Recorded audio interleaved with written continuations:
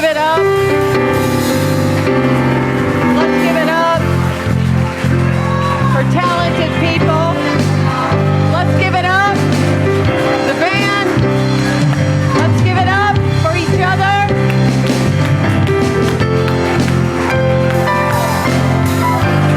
Give it up.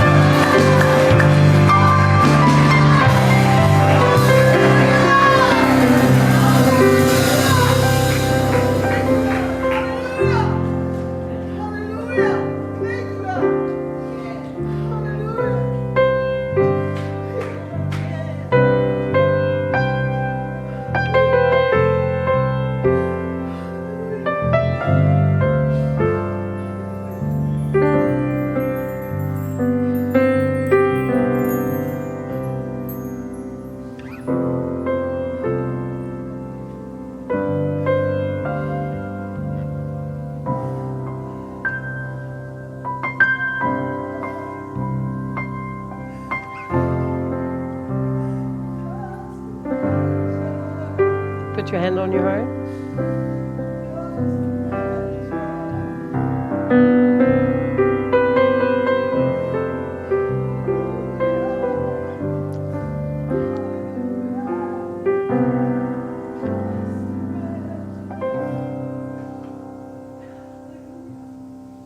Hallelujah.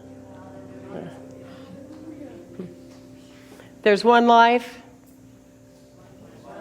You know, now that you're in person, we know sleep here. So there's one life. That life is God. That life is my life right now. There's one life. That life is God. That life is my life right now. That is the intelligence and the energy that you carried as a soul.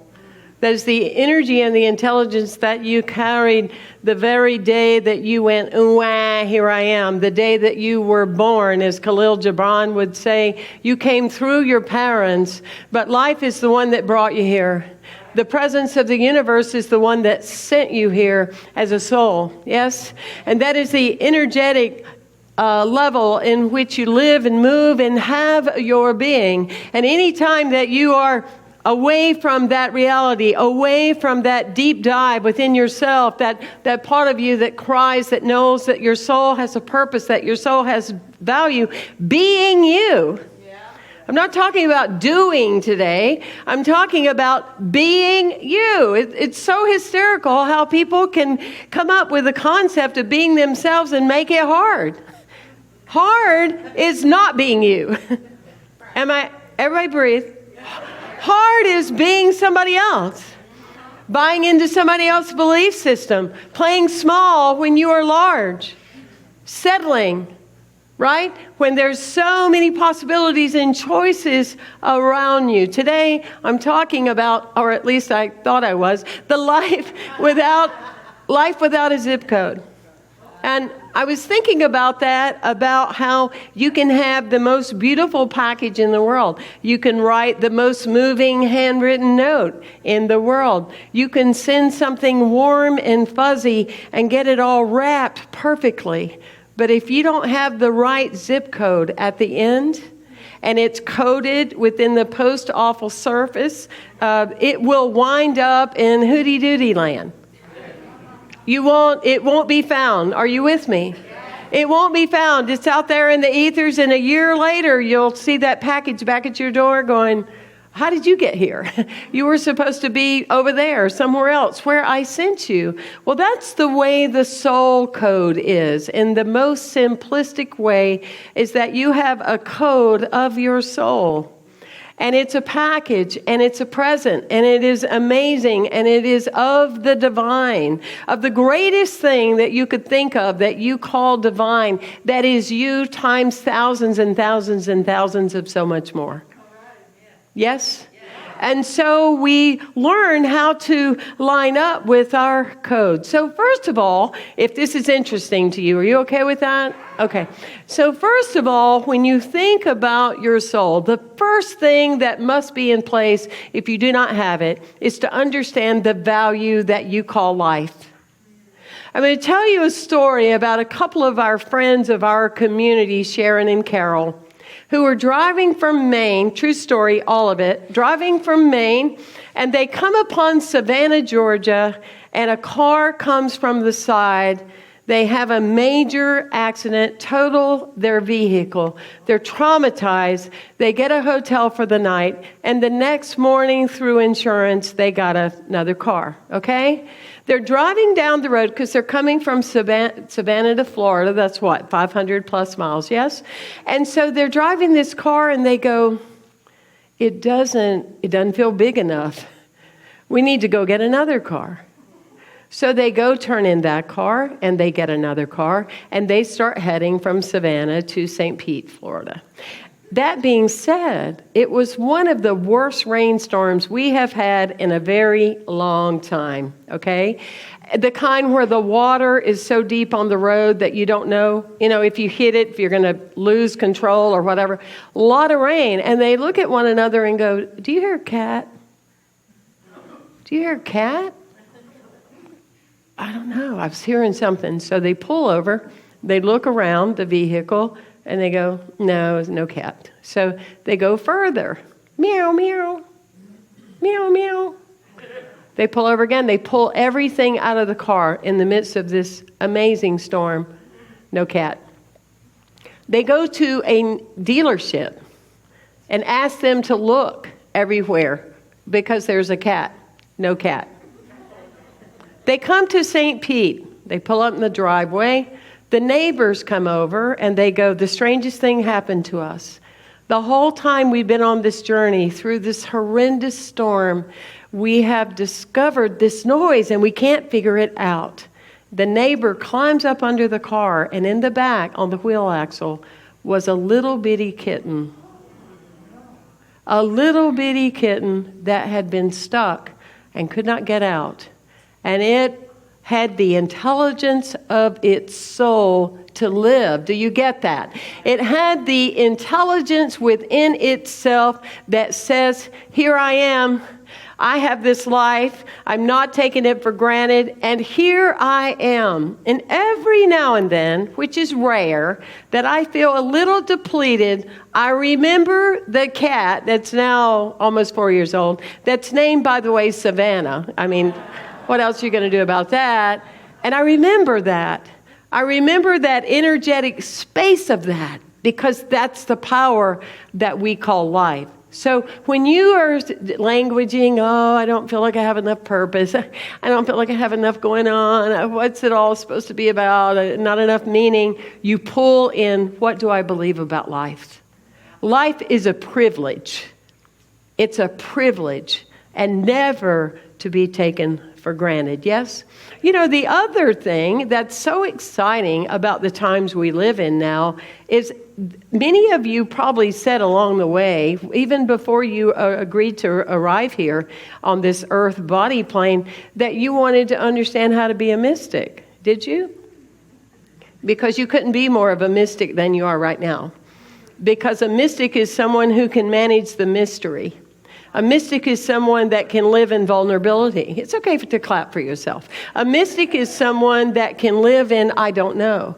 A mystic is someone that in the midst of a plan that falls right in front of you, you have this core within you, this value of a soul pull that knows that you are in the purpose, that you are not just driven by the issues going on outside yourself, but a true mystic doesn't need to know. Absolutely, on many occasions, a true mystic would prefer not to know because they don't want to take away from the surprise that they are currently walking towards. Are you with me? And so a lot of things are stripping away. As it says in the Bible, the old nature is stripping away so the new nature can be realized. And if you really check into your prayer time and your meditation time and your quiet time and your nature time, what you're going to get is, though we are living in a world where we can be on any given day very, very distracted, we are getting back to ancient reality. We, all of us, agreed to be here in living body suits at this time to bring back ancient reality. That's my saying. Does that work for you? So it's that soul call. So what am I saying? Be joy in it. Release dread. Be excited about it, because that's going to create a forward movement. I've been working a lot lately in my work with energy healing about the first chakra that became activated when we were developing to become human beings, called the root chakra. The root chakra. The root chakra says within its being right here, the physical being, the root chakra says, I belong here. Say that with me. I belong here. I belong here. So the root chakra being developed, when it doesn't feel activated and energized and feel the value that we call life, it starts questioning, am I supposed to be here? Why am I here? It creates anxiety. It creates depression. You know anybody that's gone through that lately? Anybody?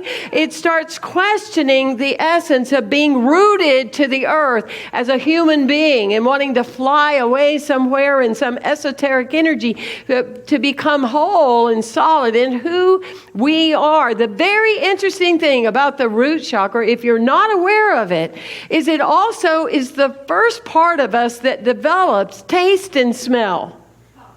Excuse me? Taste and smell. Did I say taste and smell? Right? And what is happening in our culture right now? What's the first symptoms to show up? Lack of taste and smell? Right? What does that mean on a spiritual level? It's time to get rooted again in what we believe. It's time to get grounded again into we belong. It's time to get into that place. Oh, I got so excited. I excited myself. It's time to get centered. It's time to feel at home. It's time to believe that you're connected. It's time for your body to be your home. It's a time for you to feel safe and secure and stand for your own justice and your truth and be kind and be compassionate, but know that your physical being chose for your soul to be here at this time, and stop talking about how inconvenient it is and how awful it is and how bad it is, and start realizing your soul code, that you're the one here and you chose it all along. You belong. And when the whole world is lacking in taste and smell, that's a clue. We're losing our groundedness. We're believing in false prophets and the wrong information. It's in here. That's why this ancient teaching is never going to go away. Because we say clearly, we don't have your answers. We're here to remind you every week that you have your answers. We're not here to teach you what to think. We're here to teach you how to think for yourself. As the Bible says in Corinthians, 2 Corinthians, I have placed the law in your mind, and so you wouldn't forget it, I even wrote it in your heart. It's right there. And it's in that stirring, it's in that movement that we come back to the truth of who we are. Wow. That essence, it's likened to, when you were little, some of you in our group today still are. We're happy for you, really. But when we were kids and we were on the pool, we initially clung to the side, didn't we? We clung to the side, right? But then what happened is we would start feeling safe, like we could float. And then we would go out and expand beyond holding on the cement along the side. It's time for us to let go. It's time for us to float. I was thinking about, anytime I think about water, I think about my grandfather, Papa. Kimberly always has me thinking about these ancestral stories. She's so good at it, But I was thinking about my papa, Howard Vermillion, and I was thinking about him and how he was such a good swimmer that back in the day when somebody had drowned, they would send him into the lakes to discover the bodies. He was such a good swimmer, he could swim across any lake no matter the distance, and they called him Puddle Duck for, his name. Wouldn't have worked for me, but it worked for him. So anyway, but he was brilliant. But at the same time, in the midst of all that, he was drinking himself to death every day. He would disappear weeks at a time. We didn't know where he was. He was somewhere drinking very, very heavily. And then my youngest brother, who was 3, siphoned gasoline. He had seen a neighbor do it, and he almost died. My little brother, who didn't die, by the way, who is not little anymore, who's 50-something, but at the time, he had this siphon the gas, and then we thought he was going to die. My grandfather, in that second, never drank again. He said, if it had been up to me to save him because of my past condition, I would have died. He would have died because I was not present. His soul kicked back into his code.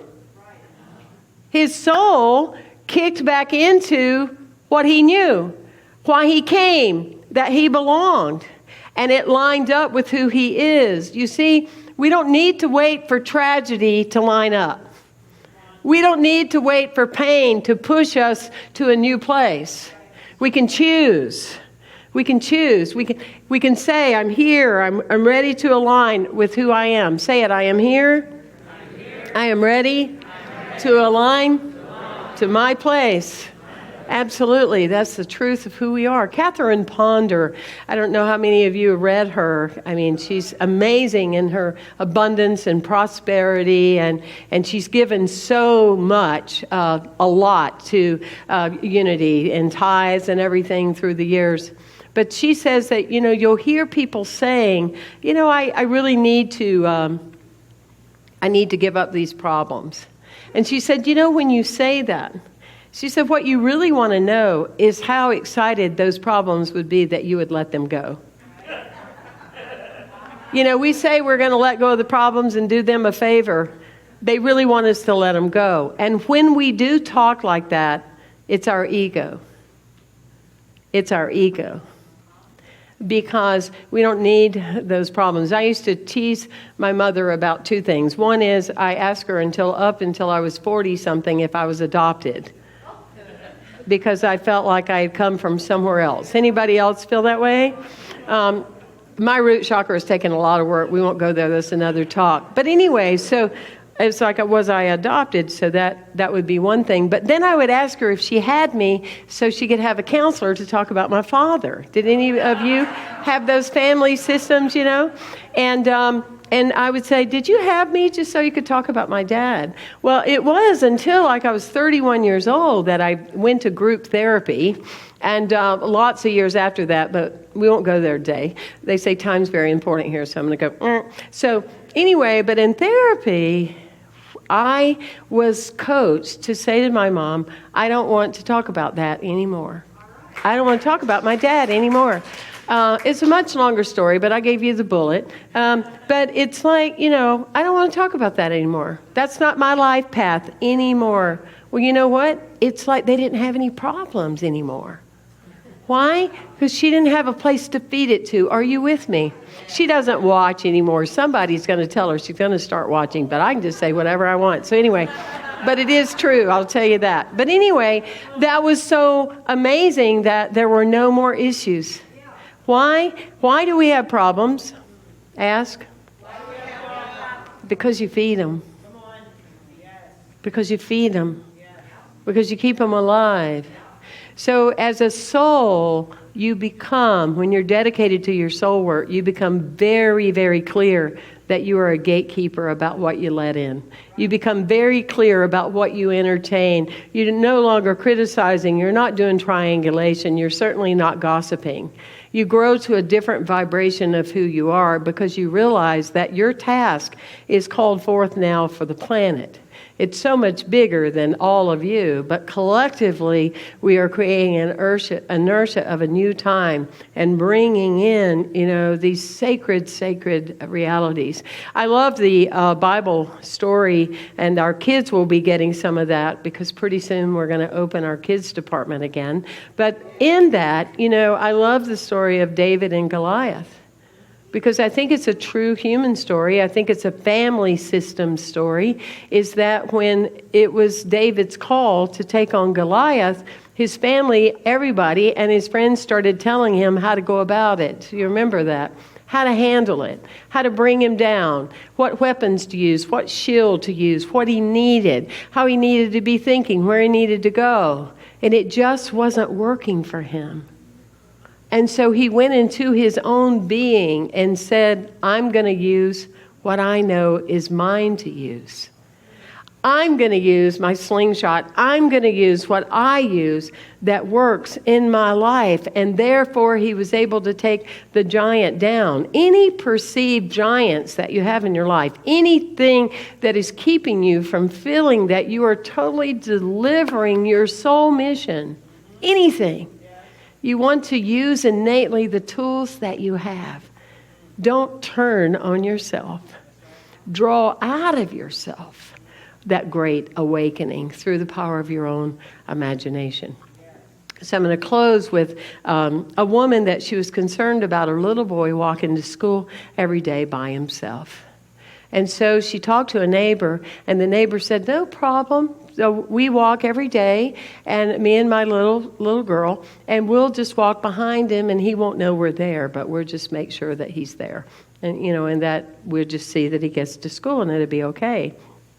So anyway, one day, little Billy was walking with his friend, and the friend turns around and says, every time we're walking to school, there's this woman and this little girl walking behind us. What is that? And he says, I know who they are. Says, that's my mom. Says, every night she reads to me Psalms 23. And she says that, surely goodness and mercy will follow me. Will follow me all the days of my life. And so how this is, he said, I guess I just have to get used to it. God bless you. Thank you for being here.